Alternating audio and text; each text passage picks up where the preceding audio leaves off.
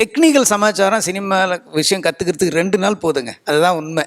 Technical சமாச்சாரம் ஒரு ஆர்டிஸ்ட்டை எப்படி பொசிஷன் பண்ணுறதுன்றது 2 நாள் போதும். உங்களுக்கு அதுக்கான ஆர்வம் அதிகமாக இருக்கணும். நிறைய படங்கள் பாருங்கள். ஆனால் ஒரு சீனை எப்படி சொல்லணுன்றதை நீங்கள் கற்றுக்கிறதுக்கு அதுக்கு எல்லையே இல்லை. அது நீங்கள் கற்றுக்கிட்டே தான் இருக்கணும். ஆனால் டெக்னிக்கல் விஷயத்தை கற்றுக்கிறதுக்கு ஒரு நல்ல ஆர்வம் இருந்தால் போதும். நீங்கள் எடுத்து பழகுங்க. இன்றைக்கி சென்னையில் போனால் யார் ஒன்று எதிரில் இருக்கிற 4 பேரில் 3 பேர் ஷார்ட் ஃபில்ம் மேக்கராக தான் இருக்காங்க. அந்தளவுக்கு எல்லாமே ஆர்வம் பயங்கரமாக அதிகமாகிடுச்சு. அப்போ உங்களுக்கு காம்படிஷனும் ஜாஸ்தியாக இருக்குது.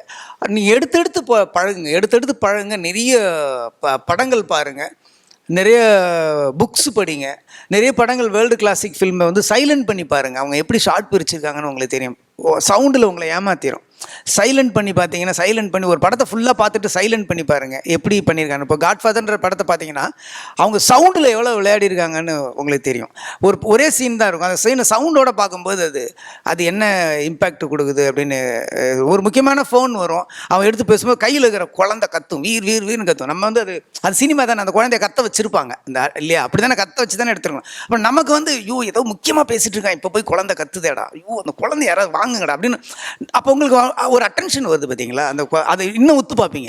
அது குழந்தை அவங்க கையில் இல்லாமல் அவங்களே பேசுனாங்கன்னா நீங்கள் கேர்லெஸ்ஸாக பார்த்துருப்பீங்க.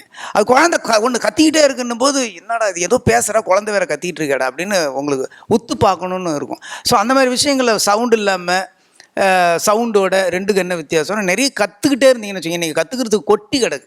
அதுதான் உங்களுக்கோட பெரிய இன்றைக்கி ஜெனரேஷனில் நீங்கள் கொடுத்து வச்சது வந்து எல்லாமே உங்கள் கையில் இருக்குது. ஒரு படம் பார்க்கணுன்னா நான் வந்து சாலிகிராமத்துலேருந்து இங்கே வந்துட்டு இருப்பேன், ஆரியபுரத்துக்கு வருவேன்.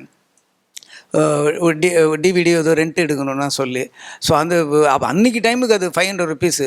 2 நாளைக்கு மேலே போயிடுச்சுன்னா அது ஃபைன் வேறு போட்டுருவாங்க. ஸோ அங்கேருந்து வரும்போது நான் 2 படத்தை எடுத்துகிட்டு போனேன். அன்றைக்கி அந்த 2ஐயும் அப்போவே பார்த்து திருப்பி கொடுக்கணும். இல்லைன்னா அடுத்தடுத்து சார்ஜ் பண்ணிக்கிட்டே இருப்பாங்க. இன்றைக்கி உங்களுக்கு அப்படி இல்லை. எல்லாமே செல்ஃபோன்லேயே இருக்குது. உங்களுக்கு நீங்கள் கற்றுக்கணுங்கிற அந்த ஆசை மட்டும் உங்களுக்கு விடாமல் இருந்ததுன்னா அதுக்கான வாய்ப்புகள் நிறைய இருக்குது.